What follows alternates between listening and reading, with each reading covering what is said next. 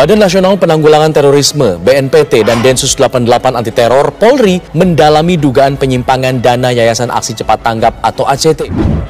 Langkah ini menindaklanjuti laporan PPATK yang menemukan indikasi aliran dana ACT digunakan untuk aktivitas terlarang. Kalaupun kemudian ada PPATK menemukan ada aliran dana yang mencurigakan dan segala macam, itu memang ranahnya PPATK, karena memang PPATK berusaha mencari tahu aliran dana ini kemana. Saya rasa terlalu prematur untuk diarahkan ke sana, karena kalau berbicara dengan Islam selalu diidentikan arahnya arah terorisme lah. Pihak ACT mengatakan ini untuk misi kemanusiaan, kan kita tidak tahu. Bisa saja yang dikirim ini berbentuk logistik makanan gitu. Tapi makanan ini misalnya ternyata digunakan untuk keperluan-keperluan aksi teror di sana. Kita melihat ini adalah tahun ini mulai eskalasi politik mulai meninggi, sehingga dicari kelompok. Tapi kalau PPATK memang lembaga yang untuk menelusuri aliran itu memang semestinya, Bung Novel. Mau PPATK atau mau dari pihak institusi yang terkait ya harus terbuka, transparan. Karena kita melihat ini, kalau melihat korupsi ini, si rezim ini luar biasa. Yang harus diusut tuntas, jangan yang masalah kecil justru dana keumatan ini. Nah, ACT ini termasuk mungkin bagian daripada amil zakat. ACT ini bukan amil zakat, tapi ini adalah perwakilan. Ini perwakilan dari amil zakat. Kita nggak usah bicara politik lah.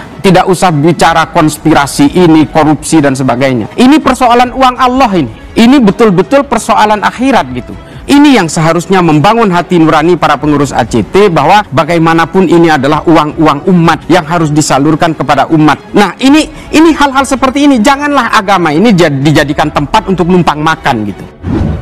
Sebelumnya diketahui, berdasarkan Pusat Pelaporan dan Analisis Transaksi Keuangan atau PPATK, menemukan terdapat dugaan penyelewengan dana oleh Lembaga Kemanusiaan ACT. Kepala PPATK Ivan Yustiavandana menjelaskan, penyelewengan dana tersebut diduga digunakan untuk kepentingan pribadi para petinggi yayasan dan kegiatan terlarang.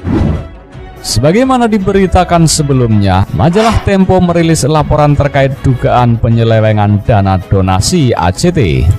Adapun sampul majalah Tempo telah beredar luar di media sosial dan menjadi bahan perbincangan netizen. Dalam narasi di sampul majalah itu, tertulis kalimat yang menyebut ACT tengah limbung lantaran berbagai penyelewengan dana donasi masyarakat yang ditengarai dilakukan oleh pendiri dan pengelola lembaga filantropi itu. Kantong Bogor Dana Umat, lembaga filantropi Aksi Cepat Tanggap limbung karena berbagai penyelewengan. Pendiri dan pengelolanya ditengarai memakai dana donasi masyarakat untuk kepentingan pribadi. Demikian narasi tertulis dalam sampul majalah Tempo tersebut. Mengutip isi laporan Tempo itu, disebutkan bahwa gaji yang diterima petinggi ACT Cepat Tanggap terlihat jomplang, bagaikan bumi dan langit jika dibandingkan dengan gaji di lembaga filantropi lain. Selain menerima gaji dan fasilitas tinggi, para petinggi ACT ditengarai juga mendulang uang dari unit bisnis yang ada di bawah lembaga itu. Salah satunya berasal dari PT Hidro Perdana Ratelindo.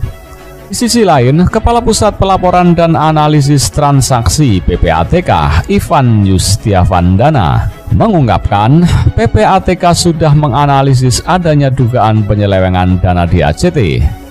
Dedi menyebutkan transaksi yang dilakukan ACT sudah lama diproses untuk dilaporkan kepada aparat penegak hukum. Ivan mengatakan ada dua indikasi penyelewengan yang dilakukan oleh para petinggi ACT.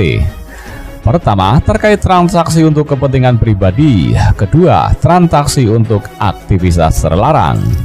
Hasil penelusuran PPATK, kata Ivan, sudah diserahkan kepada Badan Nasional Penanggulangan Terorisme dan Detasmen Khusus Anti Teror 88 Polri. Manajemen ACT akhirnya buka suara. Mereka menggelar konferensi pers di kantor pusat ACT Menara 165 di Jalan TB Simatupang, Pasar Minggu, Jakarta Selatan. Hal pertama yang disampaikan manajemen adalah permintaan maaf.